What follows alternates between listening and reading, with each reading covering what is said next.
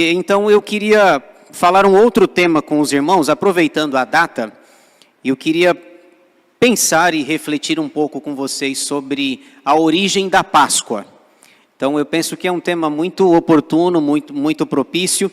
Já ouvimos sobre a ressurreição no texto de 1 Coríntios 15, nessa manhã, com o pastor Nelson. Então eu queria pensar um pouco com vocês sobre a origem da Páscoa. Abra a sua Bíblia aí, por favor, em Êxodo 12. Desculpa aí o pessoal da mídia, viu, Luiz? Desculpa aí, viu? Tudo certo? Estou perdoado? Amém.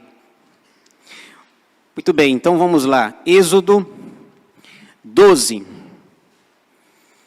Para o pessoal da mídia aí da mesa, se vocês... o título é A Origem da Páscoa. Tá fácil aí, Luiz? Êxodo, capítulo 12, versículos de 1 a 13. Nós vamos ler inicialmente até o 13, o capítulo é grande, tem 51 versículos, mas eu quero resumir aí, nós vamos até o verso 13. E diz assim a palavra de Deus. Disse o Senhor a Moisés e a Arão na terra do Egito: este mês vos será o principal dos meses, será o primeiro mês do ano. Falai a toda a congregação de Israel, dizendo: aos 10 deste mês, cada um tomará para si um cordeiro, segundo a casa dos pais, um cordeiro para cada família. Mas, se a família for pequena para um cordeiro, então convidará ele o seu vizinho mais próximo, conforme o número das almas, conforme o que cada um puder comer. Por aí calculareis quantos bastem para o cordeiro. O cordeiro será sem defeito, macho de 1 ano.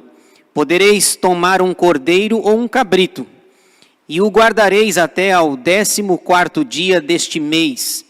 E todo o ajuntamento da congregação de Israel o imolará no crepúsculo da tarde.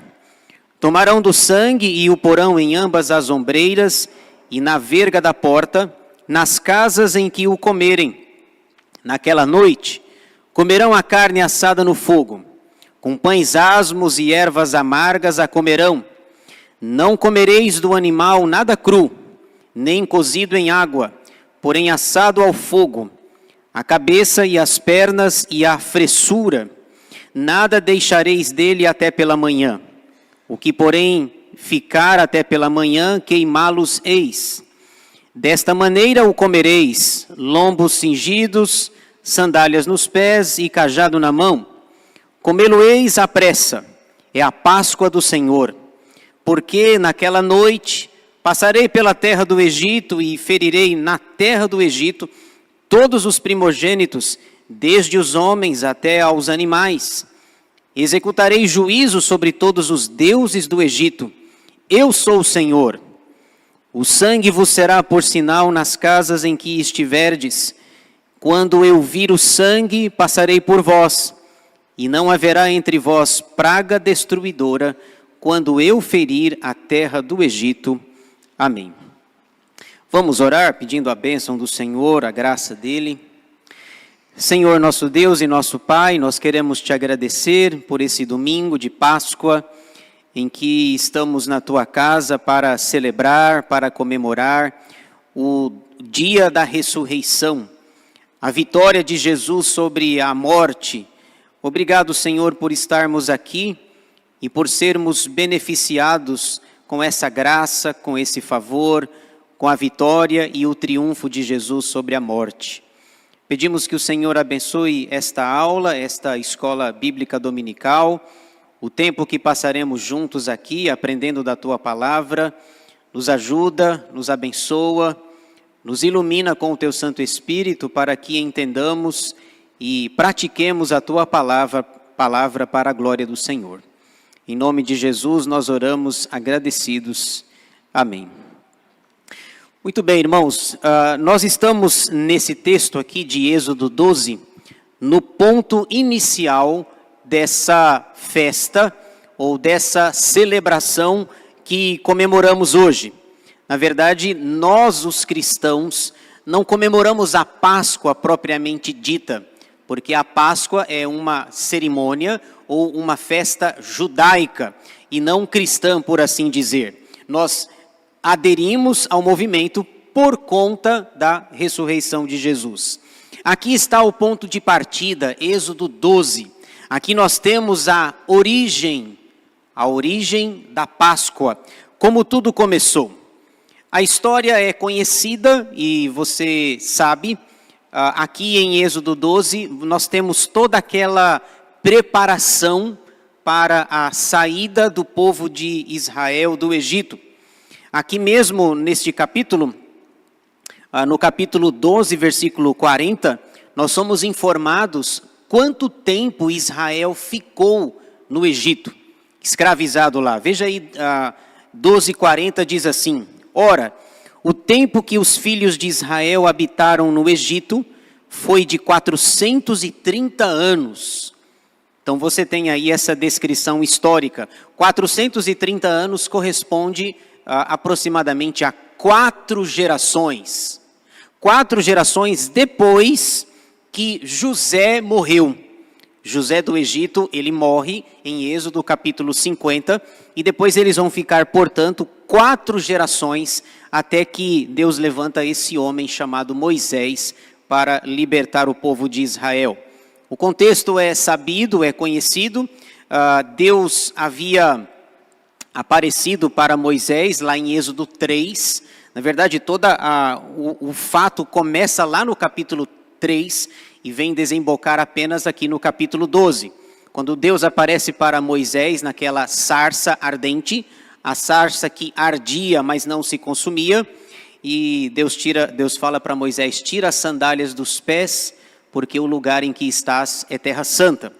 E Deus então chama Moisés para libertar o povo. Moisés se acha incapaz, ele diz: mas não, esse negócio não é para mim não. Ele começa a inventar algumas desculpas, colocar algumas dificuldades, alguns empecilhos, como nós bem sabemos. E uma das coisas que ele fala para Deus é: mas eu não sei falar, eu sou pesado de língua. Há quem diga que ele era gago, tinha alguma dificuldade em verbalizar as palavras. Então mas Deus deu uma resposta para ele assim que acabou com ele. Eu não sei falar. E Deus pergunta: ô Moisés, deixa eu te perguntar uma coisa. Quem fez a boca? Quem? Foi eu, né? Quem fez a boca? Não, Senhor, então, mas eu vou chegar lá diante de Faraó e ele não vai acreditar. Quem sou eu? Ele não quer ir, mas é mais ou menos assim, né? Como a gente não quer ir, mas a gente tem sempre alguém para indicar. Não é assim? Eu mesmo não quero ir, mas eu tenho uma boa indicação. O meu irmão, o Arão, é excelente, orador assim, exímio, muito bom. Manda o Arão, manda qualquer um menos eu. É mais ou menos o que a gente fala. Moisés e Arão comparecem diante de Faraó. Nos capítulos anteriores nós temos lá as pragas, as 10 pragas. E é interessante a gente ler as pragas, e cada uma das pragas, cada praga que é anunciada e que vem sobre o povo do Egito lá, é Deus desbancando as divindades egípcias. Os egípcios eram politeístas, adoravam vários deuses, muitos deuses. Quando Moisés, por exemplo, chega diante de Faraó para dizer assim: eu estou vindo aqui porque Deus mandou que o Senhor deixe o povo ir embora para que eles me adorem. Aí o Faraó diz: eu não conheço o seu Deus. Que Deus? Qual Deus? E o Faraó podia ter dito para Moisés assim: olha, na verdade, há quem diga, os estudiosos dizem que lá no Egito havia cerca de 2.000 deuses, 2.000 divindades. Faraó poderia ter dito assim: olha, Moisés, eu tenho 2.000 deuses e você tem quantos? Um. Eu tenho apenas um, que é o eu sou, né? O eu sou o que sou, lá de Êxodo 3. Moisés pergunta: mas qual o seu nome?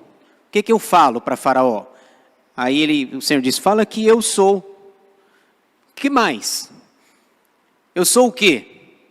Aí Deus responde, eu sou o que sou. Então, são 2.000 divindades de Faraó contra uma de Moisés, mas a de Moisés é a verdadeira. As pragas vêm, e o que é interessante é a dureza do coração de Faraó. Não é verdade? Quando você lê a história das pragas, você percebe a dureza que havia no coração dele, porque ele viu o seu país arrasado. Daqui a pouco ele sentia um pouco de alívio e voltava a endurecer o seu coração.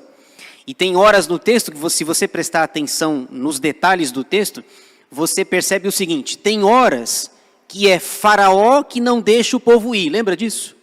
É Faraó que não deixa o povo. E tem horas que é Deus que não deixa Faraó deixar, entenderam?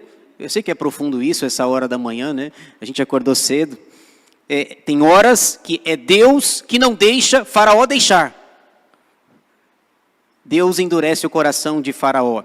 E Deus dá uma apertada, endurece. Não, eu vou deixar o coração dele bem durinho, porque para que as nações vejam, para que o mundo veja que eu sou o Senhor sobre todas as coisas. E aqui, então, tem toda uma preparação.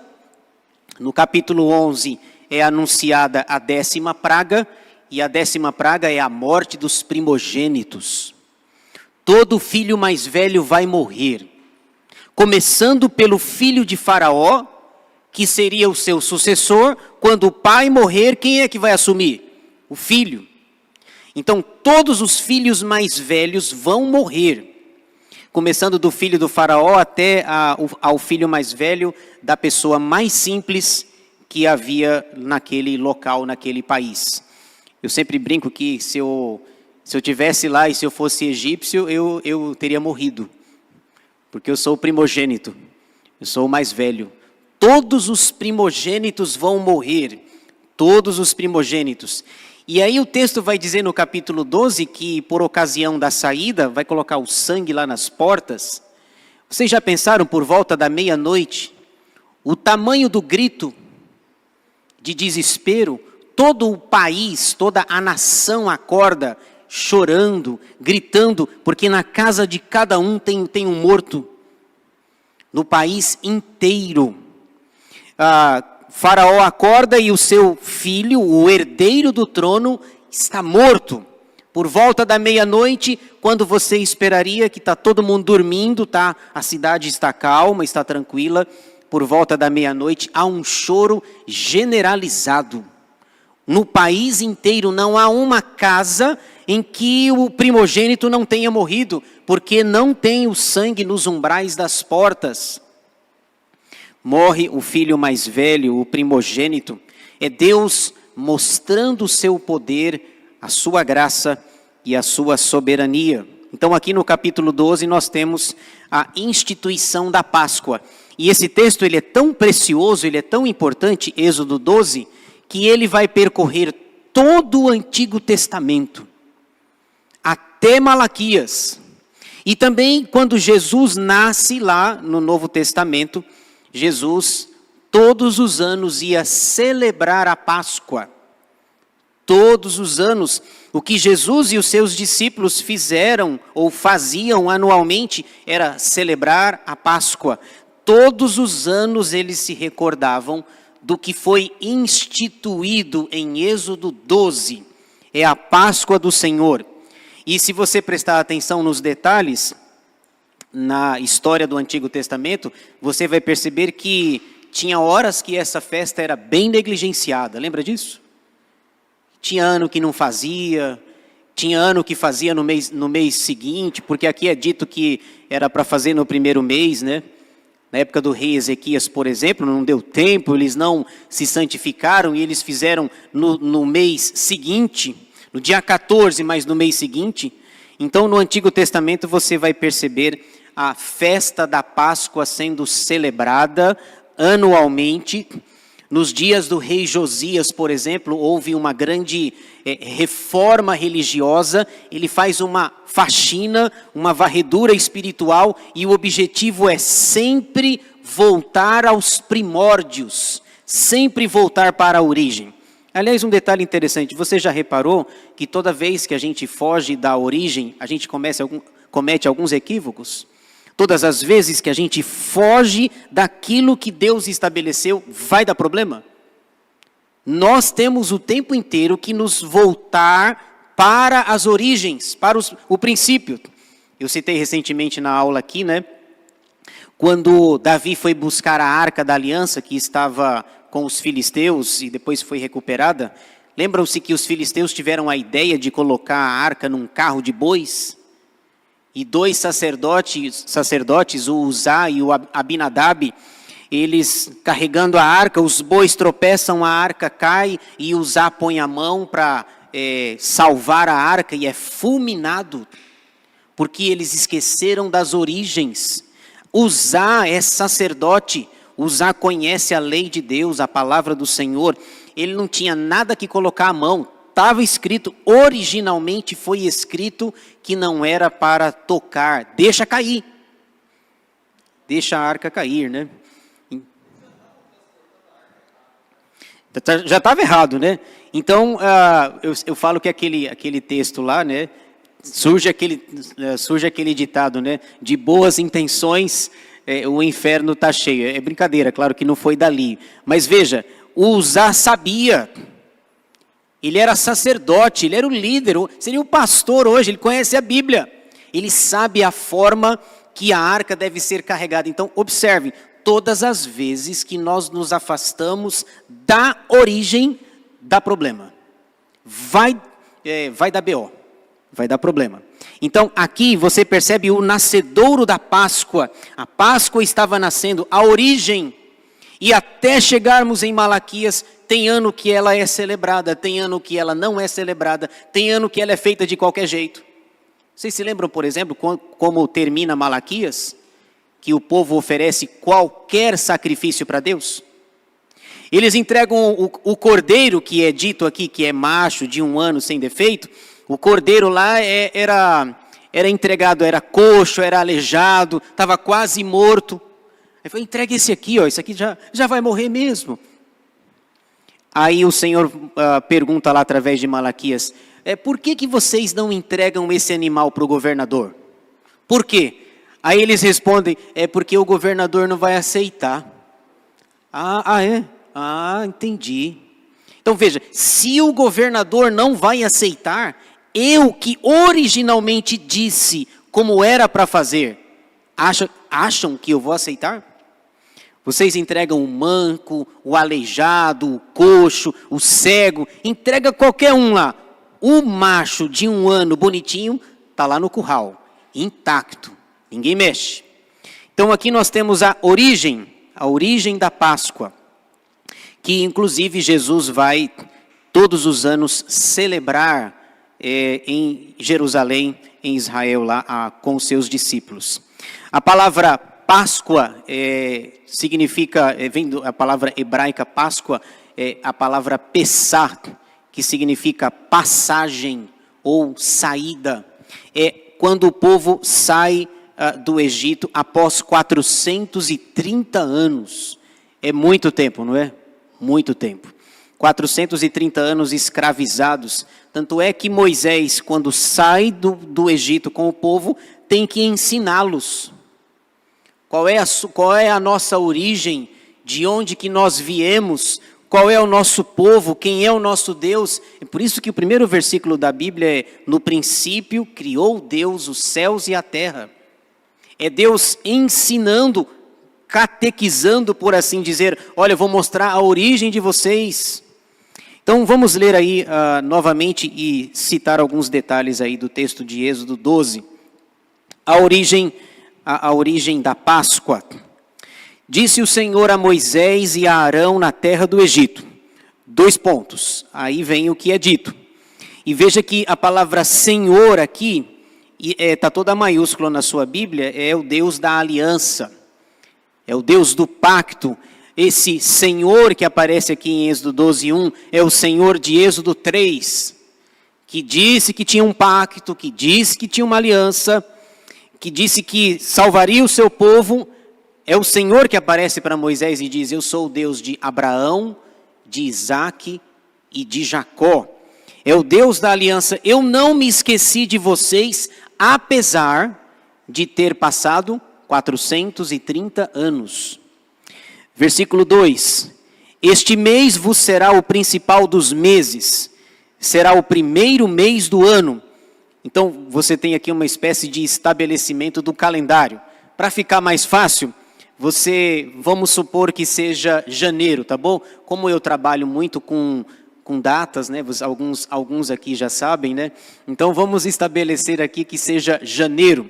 Este mês será o primeiro mês do ano. Então, para nós seria, não é para eles, mas para nós seria o mês de janeiro. Aliás, uma curiosidade sobre o calendário, né? Por exemplo, os meses. O mês de setembro, originalmente, setembro as primeiras palavras do mês de setembro é 7, não é? Então, setembro para nós hoje é o mês 9. Não é isso? Mês 9. Mas originalmente é o mês 7. Setembro 7. Eu não estou refazendo aqui, não é nenhuma proposta de mudar novamente, certo? Mas setembro é o mês 7, outubro é o mês 8, lembra, não tem novembro? As 4 primeiras letras da palavra novembro dá o quê? 9. Novembro e dezembro, que para nós é o mês 12, as 3 primeiras letras do mês de dezembro dá 10, então dezembro é o mês 10. Certo? Então sempre há essa distinção aí no calendário. Então vamos colocar aqui para facilitar talvez mais a minha compreensão do que a de vocês. Vamos estabelecer que seja janeiro, por assim dizer. Esse será o primeiro mês do ano. Falai a toda a congregação de Israel dizendo, aos 10 deste mês, então 10 de janeiro, tá bom para vocês aí, tá bom? Pelo menos para mim melhora. Aos 10 deste mês, cada um tomará para si um cordeiro, segundo a casa dos pais, um cordeiro para cada família.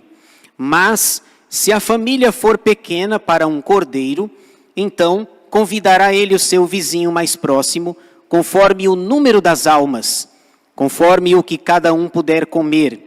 Por aí calculareis quantos bastem para o cordeiro. O cordeiro será sem defeito, macho de 1 ano. Podereis tomar um cordeiro ou um cabrito. Então aqui você tem a prescrição divina. Esse cordeiro precisa ser macho, de 1 ano, sem defeito, o que vai, naturalmente, deveria eliminar o que está lá em Malaquias, né? Que está manco, cego, aleijado, semi-morto. Lá em Malaquias, bem distante de Êxodo 12, vocês percebem que eles já se afastaram do original. Quanto mais nos afastamos do original, mais problemas criamos para nós mesmos. Aliás, uma curiosidade, né? Quando se trata, por exemplo, de tradução da Bíblia. Quando nós vamos falar sobre tradução da Bíblia, quanto mais antigo o manuscrito, melhor e mais confiável ele é. Por quê? Porque ele está mais próximo do original. Então, nós temos hoje muitos manuscritos, muitos mesmos, mais de 2.000, 3.000, mas tem sempre 3 manuscritos que são os melhores, os mais confiáveis, porque são os mais antigos e se aproximam mais do original. Então, aqui no versículo 5 é falado, né, a gente percebe também um animal branquinho, certo? Um animal branquinho, que é simbolizando a questão da pureza, da santidade. Versículo 6.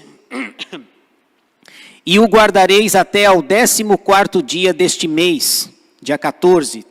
E todo o ajuntamento da congregação de Israel o imolará no crepúsculo da tarde. O que é crepúsculo? O que é? É o final, né? O pôr do sol, algo perto do pôr do sol. No crepúsculo da tarde. Tomarão do sangue e o porão em ambas as ombreiras e na verga da porta, nas casas em que o comerem. Naquela noite, por volta da meia-noite, comerão a carne assada no fogo, com pães asmos e ervas amargas a comerão. Então, peguem o animal, peguem o sangue e coloquem lá nas ombreiras das portas. Isso tem um simbolismo, porque Deus havia dito, o anjo vai passar por toda a terra do Egito, e quando o anjo da morte passar, se ele ver o sangue, ele vai poupar aquela casa, e o primogênito não será morto. Veja que interessante, o anjo passa por volta da meia-noite em todas as casas lá do Egito, e a casa que não tem a marca, que não tem o sangue, haverá choro, haverá a morte do primogênito, do mais velho. E veja essa questão do sangue, o simbolismo do sangue. Sangue sempre apontando para a vida, sobre a necessidade do resgate, da salvação, da redenção. E lá no futuro, depois de séculos, de talvez mais de 1 milênio, matando o bichinho lá, o cordeiro, até que Jesus sobe naquele madeiro e ele derrama o seu sangue. Hebreus vai dizer na sua carta que sem derramamento de sangue não há remissão de pecados. O sangue lá é para lembrar que ali não pode matar o primogênito, porque foi feito o pacto, foi cumprida a ordenança divina. Aquelas casas estão livres de quaisquer punições. O sangue que nos purifica de todo o pecado. Nós cantamos o hino, né? É pelo sangue que nos torna mais alvos do que a neve. Então, o sangue lá apontando para o sacrifício de Jesus. Aliás, todo o Antigo Testamento, tudo o que acontece é apontando para Jesus. Todas as coisas apontam para o nosso Senhor, o nosso Salvador. Alguém já disse, e como que as pessoas do Antigo Testamento foram salvas, se Jesus não tinha vindo? Porque fica mais fácil para os crentes do Novo Testamento, né? Como que os crentes são salvos? Crendo em Jesus, entregando a sua vida para Ele. Mas, e aqueles que viveram antes de Jesus, como é que faz? Eles foram salvos, mas Jesus não tinha vindo. A resposta é a seguinte: os crentes que estão no Antigo Testamento, eles foram salvos pelo Messias que haveria de vir. Eles foram salvos acreditando numa promessa que nem viram e que nem viriam, porque morreriam antes. Então eles olhavam para o futuro, para o Messias que viria. Nós somos salvos da mesma maneira, nós somos salvos em Cristo, mas olhando pelas lentes do retrovisor, pelo Cristo que já veio, que morreu. De qualquer forma, Jesus é o centro de todas as coisas. Uns olham para frente e outros olham para trás. Mas no final das contas, todos têm que olhar para Jesus. Ele havia dito, né? João 14,6, eu sou o caminho, a verdade e a vida, e ninguém vem ao Pai senão por mim. Aliás, lá na cruz tem uma simbologia muito interessante. Você percebe, são três pessoas na cruz, certo? Jesus está no meio, tem o ladrão da esquerda, tem o ladrão da direita, e no final das contas, Jesus está no meio porque ele é o centro. Um se converte, se rende para Jesus, o outro não. É a simbologia de que ele é o centro de todas as coisas, ele é o Salvador da humanidade, e diante dele ou você aceita ou você rejeita. É sempre assim. E quando a gente pensa nos ladrões na cruz, a gente pensa, mas o ladrão bom se converteu, né? Não tem ladrão bom. Tem ladrão mau. Leia com atenção os evangelhos que você vai perceber que os dois ladrões falavam mal. Os dois blasfemavam. Os dois falaram, desce daí e aproveita e tira a gente daqui também, né? Mas num determinado momento, um é convertido pela graça de Deus. Um fala para o outro, olha, nem nessa situação você teme a Deus. Nós estamos aqui porque merecemos, nós erramos, nós transgredimos a lei, mas Ele nada fez. Lembra-te de mim, quando estiveres no teu reino. E Jesus diz, ainda hoje estarás comigo no paraíso. Então, a humanidade você tem naquele espetáculo do Calvário, Jesus no meio para dizer que ele é o centro, todas as coisas convergem na centralidade de Jesus. Ou você está do lado dele, ou você está contra ele.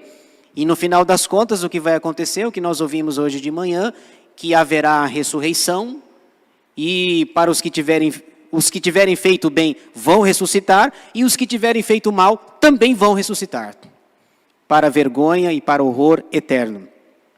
Então veja que esse sangue é estabelecido, e eles têm que fazer isso todos os anos, para não se esquecer, porque a gente se esquece muito facilmente das coisas. Veja aí verso 9. Não comereis do animal nada cru, nem cozido em água, porém assado ao fogo, a cabeça, as pernas e a fressura. Nada deixareis dele até pela manhã, o que porém ficar até pela manhã queimá-los-eis. Desta maneira o comereis, lombos cingidos, sandálias nos pés e cajado na mão. Comê-lo-eis à pressa, é a Páscoa do Senhor, a Pessá, passagem ou saída. Porque naquela noite passarei pela terra do Egito, e ferirei na terra do Egito todos os primogênitos, desde os homens até aos animais. Executarei juízo sobre todos os deuses do Egito, aqueles que Faraó entende que são deuses. Eu sou o Senhor, ponto. O Senhor vos será por sinal nas casas em que estiverdes. Quando eu vir o sangue, passarei por vós, e não haverá entre vós praga destruidora, quando eu ferir a terra do Egito. E veja que Deus mostra o seu poder, a sua soberania, porque o Egito era o maior império da época. O Egito tinha um domínio mundial, universal.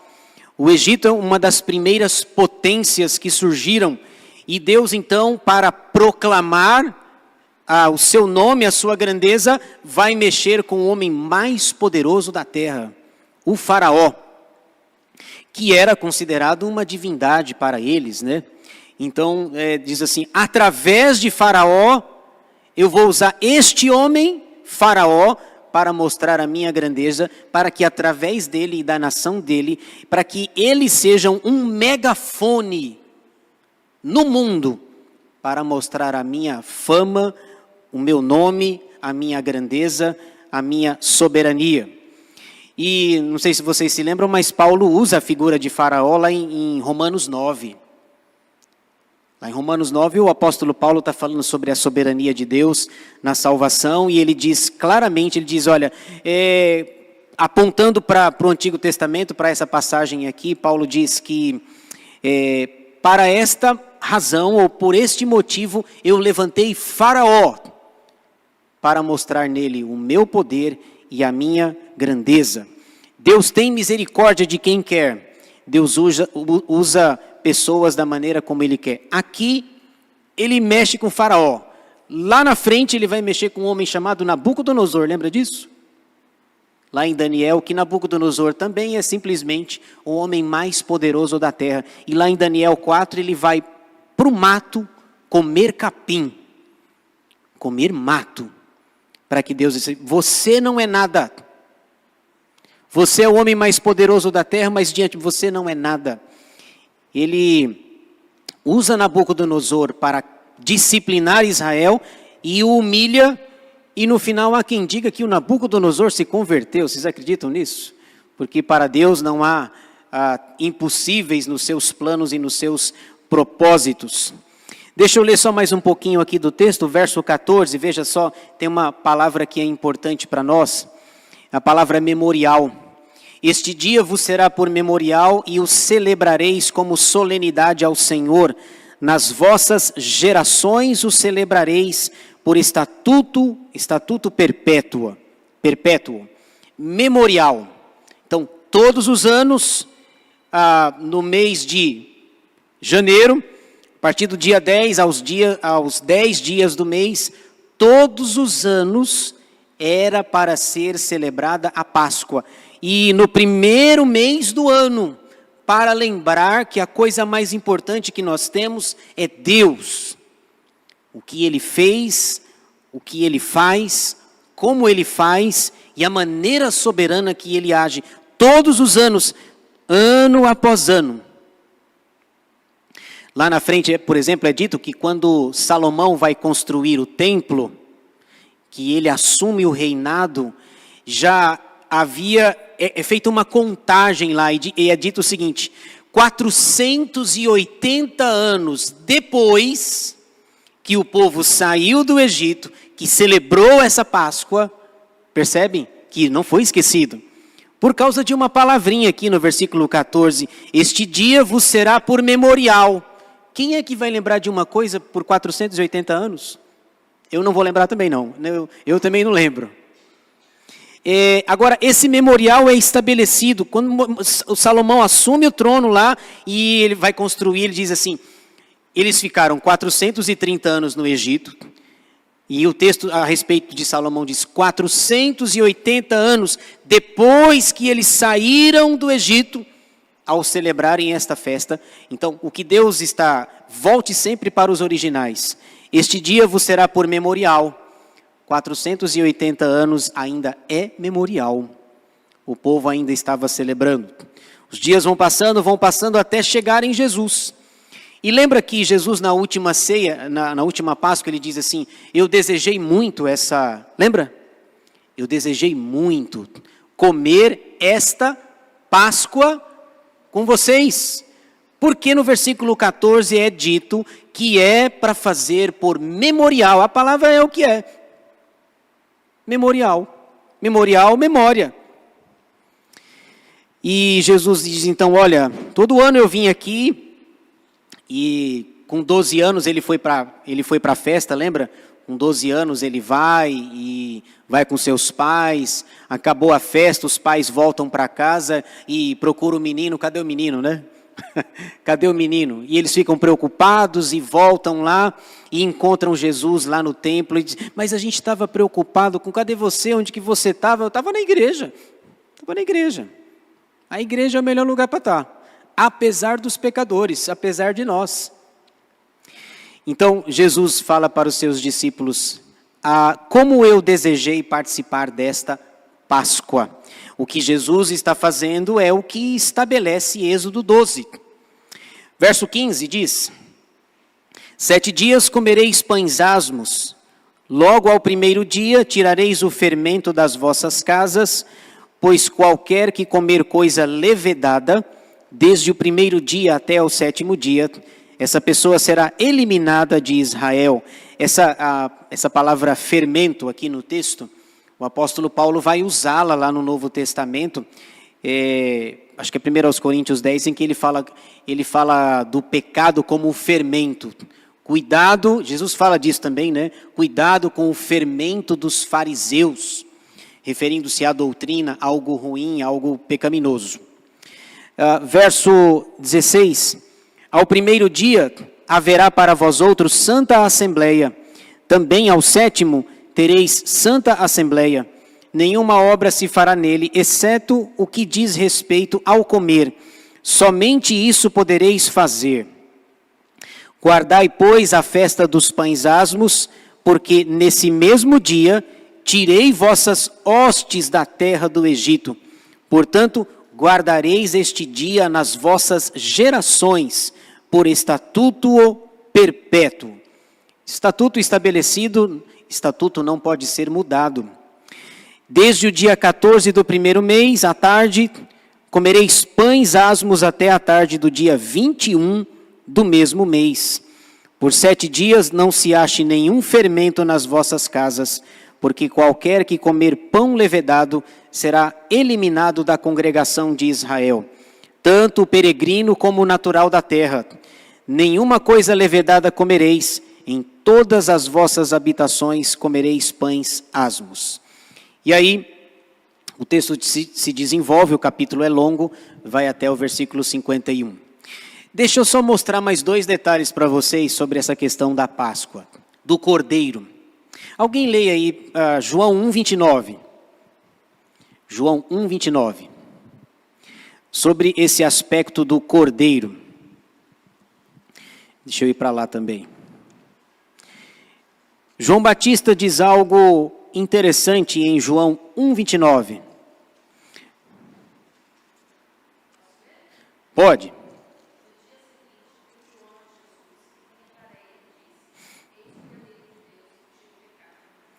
Isso, essa frase, Jesus estava se aproximando de João para ser batizado. Olha a frase que João diz: eis o Cordeiro de Deus que tira o pecado do mundo. Quando ele fala isso, todo mundo entendeu. Certo? Todo mundo entendeu. Eis, e veja que cordeiro está com letra maiúscula. Durante séculos nós tivemos que matar aquele animal, macho, branquinho, de 1 ano, sem defeito, pega o sangue, coloca na porta, tudo apontando para Jesus Cristo. Quando ele fala só essa frase, eis o Cordeiro de Deus que tira o pecado do mundo, todo mundo que estava ali naquele momento no rio, todo mundo entendeu. Pode não ter concordado, mas está claro. Todo mundo entendeu. É ele, é ele. Eis o Cordeiro de Deus que tira o pecado do mundo. Aquele bichinho, aquele cordeiro, aquele animal que ano após ano, no primeiro mês, no dia 10, vão celebrando, começa no dia 10 e perceberam que a festa termina no dia 21, uma festa longa aí, termina no dia 21.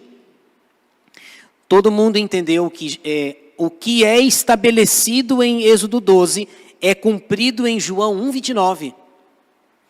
Jesus é o Cordeiro de Deus que tira o pecado do mundo. Aquele bichinho lá, aquele animal, ele era morto todo ano. Jesus precisou morrer apenas uma única vez para nos redimir. Agora, tem algo mais interessante. Esse é o primeiro detalhe. Isso aqui talvez você saiba. Agora, o segundo detalhe é mais interessante ainda. A origem da Páscoa, que começa em Êxodo 12, ela vai parar em Apocalipse. Mas o que tem a ver? Apocalipse, Êxodo, Apocalipse. A origem da Páscoa de Êxodo 12 é seguida durante séculos, chega João 1:29. Eis o Cordeiro de Deus que tira o pecado do mundo. Mas lá no céu é citado o Cordeiro. Lá no céu. Deixa eu ler aqui, vamos lá para Apocalipse. 40 minutos eu fui de Êxodo para Apocalipse, vocês viram?